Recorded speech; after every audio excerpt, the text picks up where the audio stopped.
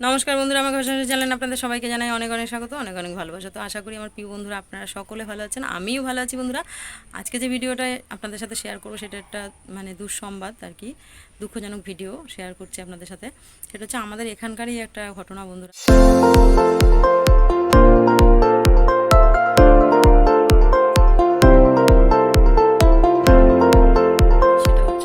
বাচ্চা ওর মায়ের সাথে সাঁতার শিখতে যেত, প্রতিদিনই সাঁতার শিখতো। বেশ প্রভাবশালী পরিবারেরই বাচ্চাটা। তো সাঁতার শিখতে যেত, তার একমাত্র সন্তান। ছেলেটার বয়স তখন বড় জোর 8 বছর বয়স হবে। তো তাকে তার মা স্কুলে নিয়ে যেত, মা সাঁতার শিখতে সব জায়গায় মাই নিয়ে যেত। বাবা যেহেতু ব্যস্ত, সোনার ব্যবসা আছে তাদের, তো সেই জন্য মাই সব জায়গায় নিয়ে যেত। তো একদিন এরকম কি হয়েছে, অনেক বাচ্চার ভিড়ের মধ্যে সাঁতার শিখতো, তো অনেক বাচ্চা একসাথে সাঁতার শিখতো, দেখছে হঠাৎ করে তার ছেলে ওঠেনি। তখন স্যারদের বলছে যে স্যার ম্যাম শেখাতো সাঁতার, তাদের বলছে আমার ছেলে কিন্তু ওঠেনি। তার আগে একটা ঘটনা বলিনি বন্ধুরা, এই ঘটনাটা কিন্তু ব্যারাকপুরেও এরকম একটা ঘটনা ঘটেছে। আমি কিন্তু তার কথা বলছি না, আমাদের সোদপুরে যে ঘটনা ঘটেছিল সেটাই আপনাদের সাথে শেয়ার করছি। আর আমাদের বাড়ি থেকে কিছুটা দূরের এই ঘটনাটা। তো তখন দেখছে যে বাচ্চাটা নেই, ওর মা বলছে আমার ছেলে কোথায়, আমার ছেলে কোথায়। স্যারটা বলছে খুঁজে দেখুন, আপনার ছেলে এর মধ্যেই আছে, ভালোভাবে দেখুন, বাচ্চার ভিড়ের মধ্যে আপনি তো দেখতে পাচ্ছেন না। বলছে না, আমার ছেলে উঠেনি স্যার, আপনারা দেখুন, তাড়াতাড়ি দেখুন। তারপরে তাড়াতাড়ি করে যখন দেখছে হ্যাঁ সত্যিই বাচ্চাটাকে পাওয়া যাচ্ছে না, তাড়াতাড়ি করে নেমেছে ওরা। যখন নামে তখন দেখে যে বাচ্চাটা অনেকক্ষণ খোঁজাখুঁজি করে বাচ্চা পাওয়া গেছে, কিন্তু বাচ্চাটা তখন আর বেঁচে ছিল না বলতে। তো আপনারাই বলুন যে স্যার ম্যামের কি উচিত ছিল না, যারা শেখায়, তোমরা একটা সংস্থা খুলে টাকা ইনকাম করছো, শেখাচ্ছ, বাচ্চাদের দায়িত্ব নিয়েছে, সেখানে তোমাদের একটু কেয়ারফুল থাকা তো উচিত, তাই না? কিন্তু তারা কিন্তু কোনো রকম কেয়ারফুল হয়নি। যখন ওর মা বলেছে সাথে সাথেও যদি এখানে দেখুন এখানে দেখুন না বলে, তারা একটু চেষ্টা করো, তাদের তোমাদের তো দায়িত্ব এটা, তাই না? তোমরা চেষ্টা করবা, দেখবা কোথায় রয়েছে বাচ্চাটা, তোমরা জলে খুঁজবা, উপরে খুঁজবা, তোমরা তাড়াতাড়ি করে যখন বলছে গার্জিয়ান যে আমার বাচ্চা পাচ্ছি না, তখন তোমাদের তো এটা দায়িত্বের মধ্যে পড়ে। যদি ঠিক টাইমে তোমরা খোঁজাখুঁজি করতো তাহলে হয়তো বাচ্চাটা আজকে পাওয়া যেত। তো বন্ধুরা, তখন বাচ্চাটা দেখে যে মারা গেছে, বাচ্চাটাকে যখন তুলেছে তখন অলরেডি বাচ্চাটা মারা গেছে। তো মায়ের একমাত্র সন্তান, ওইভাবে 8 বছরের একটা শিশু ছেলে, সে মারা গেল। তোর মা বাবা তো ভীষণ রকম ভেঙে পড়েছে একদম, যেহেতু ওর বড় জেঠুর কোনো ছেলে পুলে ছিল না, আর ওই ছোটো ভাইয়ের ওই একটা মাত্র সন্তান। এতটা ভেঙে পড়েছিল, ওর মা যেন কীরকম পাগলের মতন হয়ে যাচ্ছিল দিন দিন ওই ছেলের কথা ভেবে ভেবে।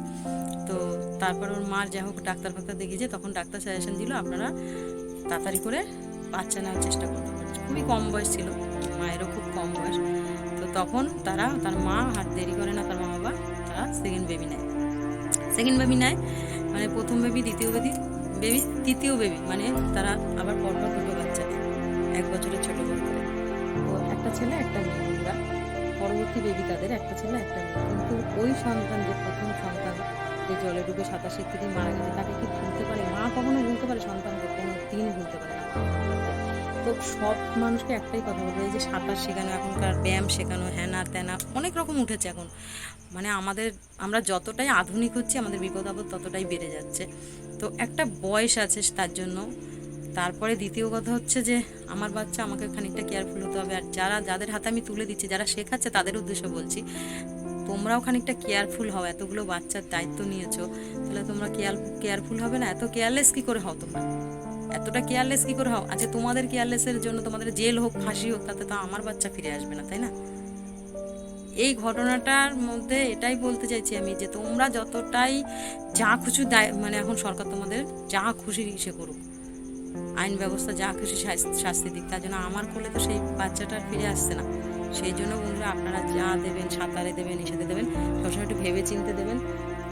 আর একটু বয়স যখন নাকি একটু বড় হবে তখন দেবেন, তার আগে যখন ভালো মানুষ বুঝতে শিখবে, সে নিজে দাঁড়াতে পারবে, তখন নিজে একটু দাঁড়াতে পারবে আর কি। নিজে যখন দাঁড়াতে পারবে না, সে জলে একটু পা পাবে, তখন সাঁতার শিখতে গেলে কিন্তু সে নিজেও সামলাতে পারবে, তাই না? অনেকটা ছোটো 8 বছরের একটা বাচ্চাকে নিয়েছে।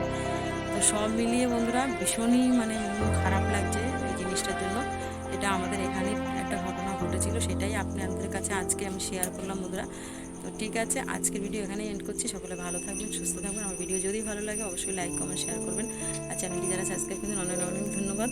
আর যারা সাবস্ক্রাইব করে আমার পাশে থাকবেন। তো আজকের মতো টাটা।